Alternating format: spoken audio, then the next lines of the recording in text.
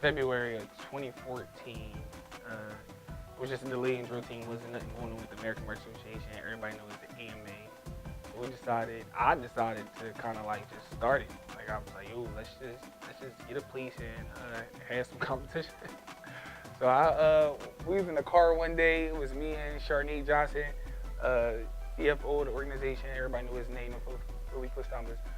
We was in the car going out to eat. We going to Fridays. I'm like, yo, I was thinking about something. Let's start this order. She was like, nope. I was like, hey, I need to get it out. She was like, no. I'm like, yo, let's start. I'm telling you.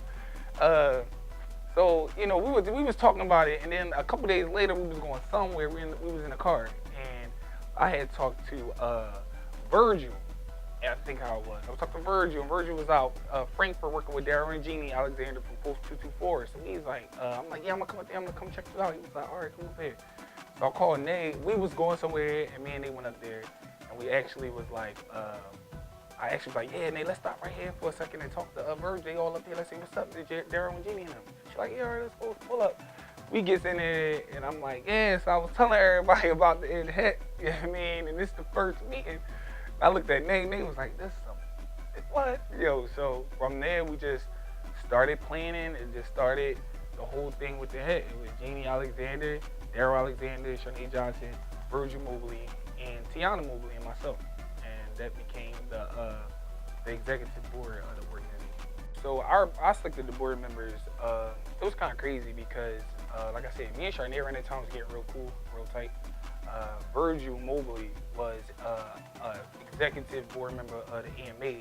I think he just left or kind of just stepped down and was just helping out. Either way, he was doing some work up in Frankfurt with 224 with Daryl and Jeannie Alexander. So, you know, just me running past some ideas with Virgil and Sharnay and Daryl, it just kind of came. It just really kind of worked, you know, and individually, everybody was just so into youth development. Like around that time, I think I was just more so a competitor and more so into like just doing something different, doing something innovative. And it was crazy because like Daryl and Jeannie, Sharnay, Virgil, and Tiana was just all about kids, all about youth, all about the new and things like that. And I think, you know, just being around them, I actually learned about that importance. And, you know, that kind of helped steer the direction of the board and the organization, period. As far as, you know, just board members and who needs to be here, who could be a board member. So it just kind of came in. Everybody individually had, you know what I mean, status and had accomplished something in the game.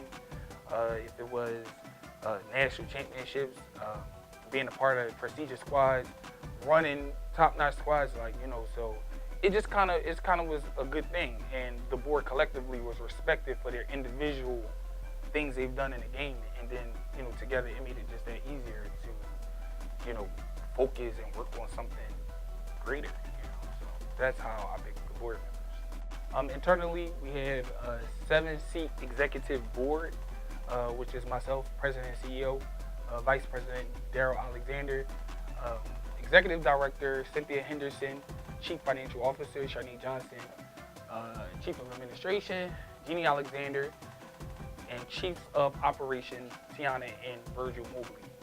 Underneath of them, we have 4 departments that they actually run individually, which is planning development, administration, finance, and operations. After that, we have directors of each department and department officers. So collectively, we have about 27 staff members active today. Okay, we get funding. We basically raise all the money we come up with. Typically, to run an Enhet event, we look at anywhere between like 48 to like 5 with our judging, DJ, venue, trophies, concessions, facility operators. Like, it usually runs us about, you know, 48 to $5 grand to run these events.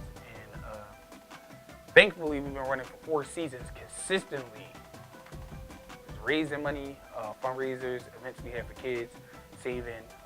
Sharnay Johnson is great with planning and budgeting, and we just have a strict plan and we stick to it. So that's pretty much how we raise money. All right, cool. So recruitment started with, the good thing is executive board members at the time, we all had great teams.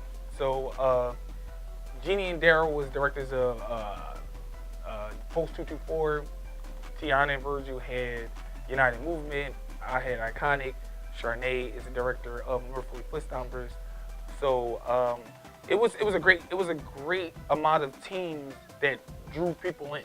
You know, so we started with that, and then when those names came out that we had those teams, it was crazy because the foundation automatically was just like lead for recruitment. So, you know, a lot of teams just came on from the promotion of the director, the executive board team, honestly. All right, head judging criteria. It's crazy. I got a little story. When season 2, the second season of it hit, we was going with the National Judging Association, NJA. And the thing with NJA was we felt as though it would make the organization more credible by having these judges. Around that time, everybody thought that those judges was like the deal. So we kind of booked those judges to give us the credibility for Enhet. Season 2, I didn't like the way they was really judging us.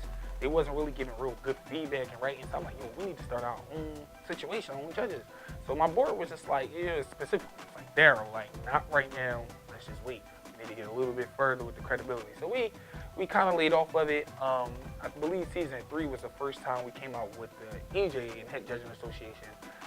Kind of sat down and got credible people in the categories that we judge under the chief judging of Tyree Miller, IA Miller. You know, we kind of just built a great panel and we moved in that way. And, you know, just started learning from Tyree. Around this time, you know, I was coming from the same game and the same understanding as the teams we had. So I'm learning like they're learning, and Tyree was just educating us on, you know, national judging criteria and different organizations like TIA and WGI and things like that. So I'm learning to give the people more, you know what I mean? So around that time, we're learning that, and Ty was explaining to us like, you know, this is where we need to go. I'm like, yo, we really got to put this out. And it was a scary thing to kind of move from traditional judging style, which is Pee-wees, intermediate, open, to a novice, open and world. But, you know what I mean, I feel like it was something that we all collectively felt like, yo, we got to do this. We got to put this out.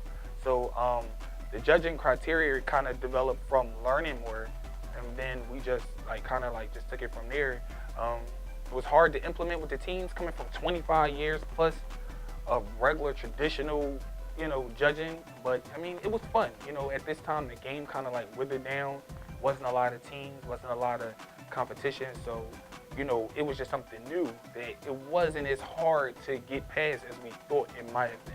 So that's our current judging situation, is the national criteria, and, you know, I guess that's what identifies it. What does Enhet offer outside of competitions?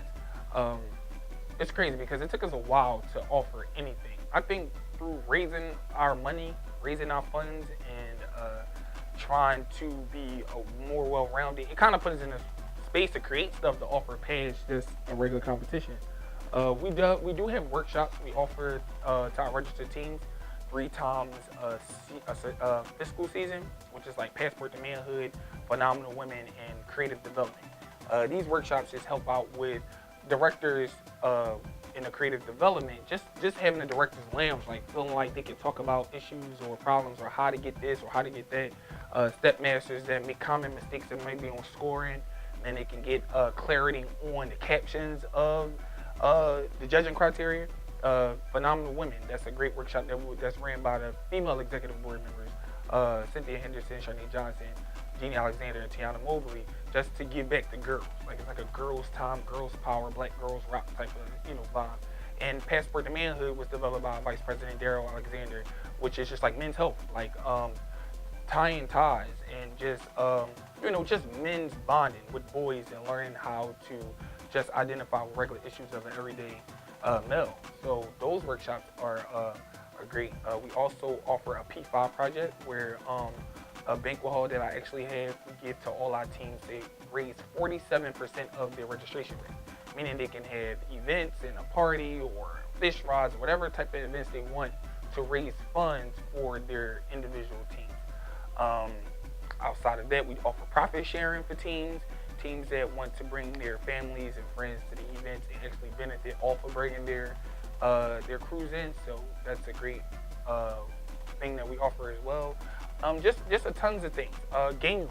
One time we spent about $300-400 in board games because we felt as though once the younger kids in the earlier categories of the events go, they just tired. And you're looking at the stands, they sleep and stuff like that. So we just wanted to create a space where they could just go and just arcade out.